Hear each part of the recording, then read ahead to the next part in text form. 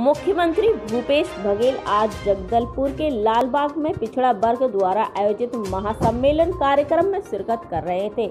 इस कार्यक्रम में पिछड़ा वर्ग की ओर से मांग रखी गई कि उन्हें 27% आरक्षण और पेशा कानून का लाभ दिया जाए। इस पर मुख्यमंत्री ने दोनों ही मामलों में एक तरफ से मना कर तकनीकी दिक्कतें बताई। मुख्यमंत्री के द्वारा मना करते ही लोगों ने इस कार्यक्रम का बहिष्कार करना शुरू कर दिया। ऐसे मुख्यमंत्री ने सामुदायिक भवन के लिए 50 लाख की घोषणा की और इसका भी बहिष्कार कर लोगों ने वहां से जाने लगे। ऐसे में मुख्यमंत्री भूपेश बघेल की कार्यक्रम से निकलकर सर्किट हाउस चले गए। बस्तर संभाल के मुख्यालय जगदलपुर में आज 3 अप्रैल को लालबाग मैदान में जब पिछड़ा वर्ग के हजारों लोगों को संबोधित करते हुए मुख्यमंत्री भूपेश बघेल ने कहा कि पेशा कानून जो अनुसूचित जनजाति क्षेत्र में लगने वाला है, उनसे किसी भी दूसरे समाज के लोगों को और पिछड़े वर्ग के लोगों को कोई हानि नहीं होगी, आयत नहीं होगा। बस मुख्यमंत्री भूपेश बघेल का यह शब्द ही पिछड़े वर्ग के लोगों में नाराजगी का कारण बन गया और करीब हजारों के पिछड़े वर्ग के लोग सभा में खड़े हो गए और विरोध करने लगे। मुख्यमंत्री भूपेश बघेल ने बस्तर संभाल के मुख्यालय जगदलपुर से पिछड़ा वर्ग समाज के भवन हेतु 50 लाख रुपए देने की घोषणा की। उसका भी समाज के लोगों ने विरोध किया।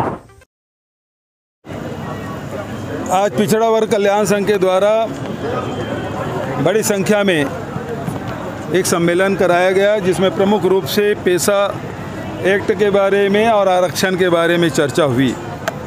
बहुत सारी भ्रांति पेशा एक्ट के मामले में है, उसे दूर करने की ज़रूरत है। जैसे जिस प्रकार से कहा, प्रदेश स्तर पर जो संगठन बनेगा उसमें पिछड़े वर्ग के लोगों को होना चाहिए, जबकि पेशा एक्ट में इस प्रकार की कोई व्यवस्था नहीं है। पेशा एक्ट में केवल ग्राम सभा ही प्रमुख है और वहाँ जो फैसला होगा उसमें जो गाँव में रहने वाले लोग हैं उसको समुचित अनुपात में उन लोगों को प्रतिनिधित्व मिलना है। दूसरी बात, जो आरक्षण की बात है, तो आरक्षण में हाई कोर्ट में जो क्वांटिफाइबल डाटा है उसे एकत्रित हम लोग कर रहे हैं पटेल आयोग के द्वारा, और जैसे वो एकत्रित होगा हम हाई कोर्ट में प्रस्तुत करेंगे और वो आरक्षण का लाभ यहाँ लोगों को मिलना शुरू होगा। सर, आपके आश्वासन को देखकर जनता यहाँ से उठकर चले गई है। आप जब संबोधन कर रहे थे, नाराजगी देखने को मिल रही है। देखिए, वो कुछ लोगों की ये मन में यही है कि इसमें कोई प्रदेश स्तर बहुत सारी भ्रांतियाँ हैं, इसे दूर करने की ज़रूरत है।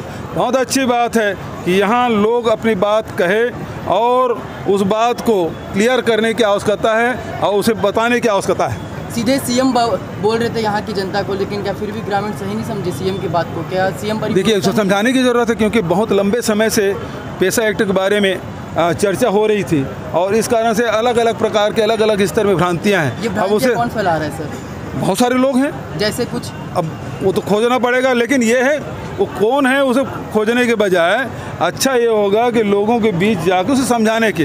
ये ग्राम सभा ही है। ग्राम सभा में पेशा कानून में ग्राम सभा सबसे मजबूत उसकी इकाई माना गया है और वहीं से गांव के बारे में सारे फैसले होते हैं। ये जानकारी हमको देना होगा। भवन देने की घोषणा की है आपने? अब बस्तर में भी और उसके बाद कांकेर में भी। सर, एक सवाल